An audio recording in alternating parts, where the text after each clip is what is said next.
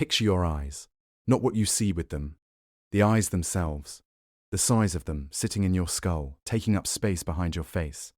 Now picture eyes that were bigger, not dramatically, not cartoon alien bigger, just measurably, provably, structurally larger than yours, built for a world where the light was different, where the sky went dark for longer, where winter nights in Ice Age Europe lasted 18 hours, and the fire you were sitting next to was the only thing between you and everything else out there in the dark. In 2013, researchers at the University of Oxford and the Natural History Museum in London measured the eye sockets of 13 Neanderthal skulls and compared them to those of 32 modern humans. The Neanderthal sockets were significantly larger, which means the eyes were larger, which means when the fire burned low and the dark came in close, they could see things you couldn't. That's not the part that should stop you. The part that should stop you is what they did with that night. What happened around those fires after the sun was gone. What they talked about, what they felt, what they passed down in the dark that we are only now, after 40,000 years of silence, starting to find evidence for. And the part that should really stop you is what they left inside you when it was over. This is the story of the other humans, and what they did after dark. Your eyes were built for Africa. That's not a metaphor, it's anatomy. Your ancestors spent hundreds of thousands of years in equatorial light, long days, short nights, a sun that rose high and stayed there. Your visual system is calibrated to that. It's efficient for those conditions. For the specific angle and intensity of light near the equator, it's nearly perfect. Neanderthals had a different problem. They lived at higher latitudes, in Europe and Western Asia, where winter days are short, where the sun barely clears the horizon, where the light for most of the year arrives low and thin and disappears early. Their eyes had to work in a world that was fundamentally dimmer than the one your eyes were designed for.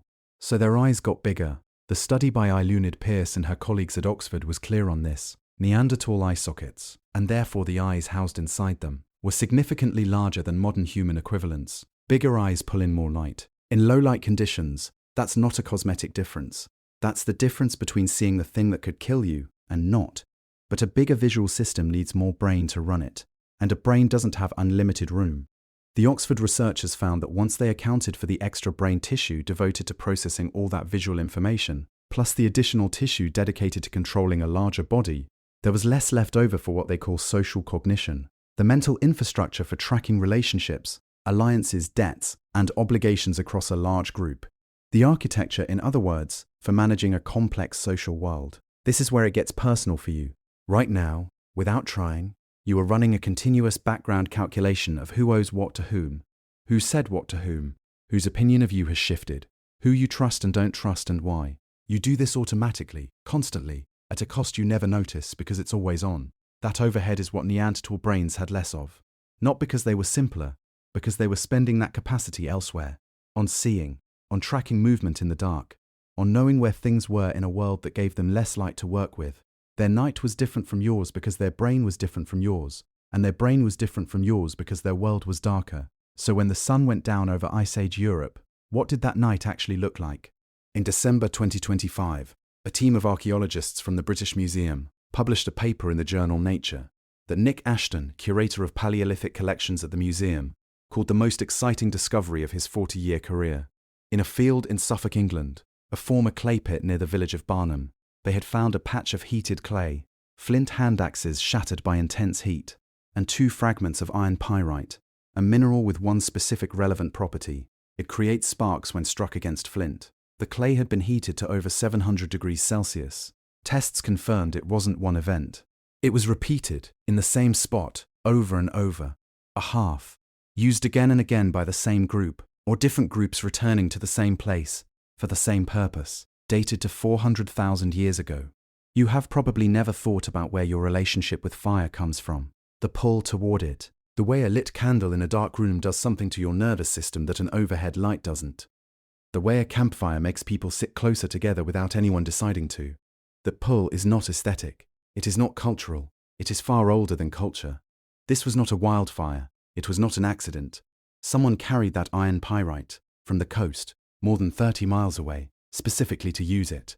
They knew what it was for before they left to get it. They planned the fire before they had it. Think about what that planning requires. Not just the knowledge that pyrite makes sparks, the decision to carry it, the weight of it in your hand for 30 miles, across terrain that had no paths, no landmarks except the ones you had memorized, because you had walked this route before and you would walk it again. They were carrying fire before they had it, the way you carry something you already know you're going to need. And here's what the British Museum researchers said about what that fire made possible. It provided, as their co-author Rob Davis put it, a social hub after dark. A place where people came together once the hunting was done, the tools were made, and the day was over. Where you could sit close enough to someone to speak to them without needing to see them clearly. Where language could travel across a circle of people in the dark, carried by firelight and voice. Robin Dunbar at the University of Oxford, the same researcher who studied Neanderthal eye socket size, had already argued in a 2014 paper in the Proceedings of the National Academy of Sciences that fire did something specific to human social life. It moved social bonding to the night.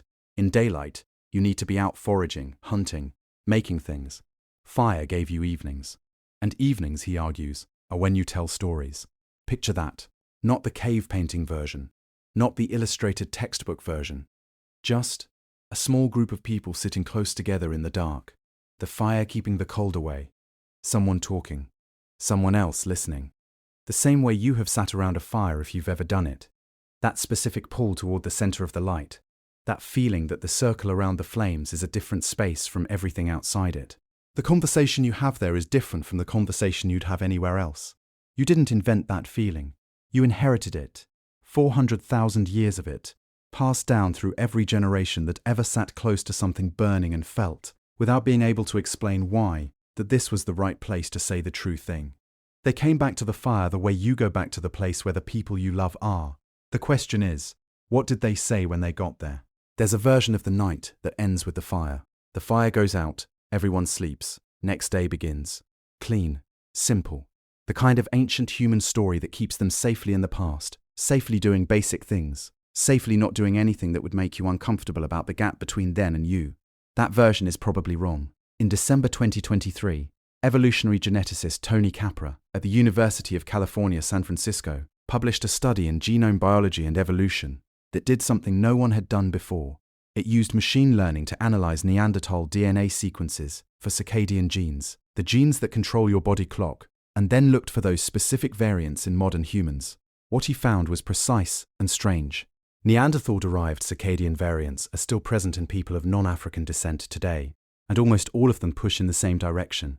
They increase the odds that you are a morning person, that you wake up early and alert rather than slow and resistant, that your body clock runs slightly faster, resets more readily, syncs more quickly to the changing light. This makes sense as an adaptation to high-latitude Europe. When winter days are 6 hours long and summer days are 18, your survival depends on your body clock being able to track that shift, to move with the light rather than fight it. Neanderthals had been adapting to those conditions for hundreds of thousands of years before any Homo sapiens arrived. Their clocks were tuned to it. When we had children with them, some of those clock variants came with the children. If you are a morning person, if you surface before your alarm, if the light wakes you before the sound does, if you feel something lift in you in the early hours that other people don't seem to feel, there is a non-trivial possibility that you are running, in part, on a clock Neanderthals built. Your body's relationship with darkness isn't a preference you developed. It's a settlement reached between your DNA and an ice age that ended 40,000 years before you were born.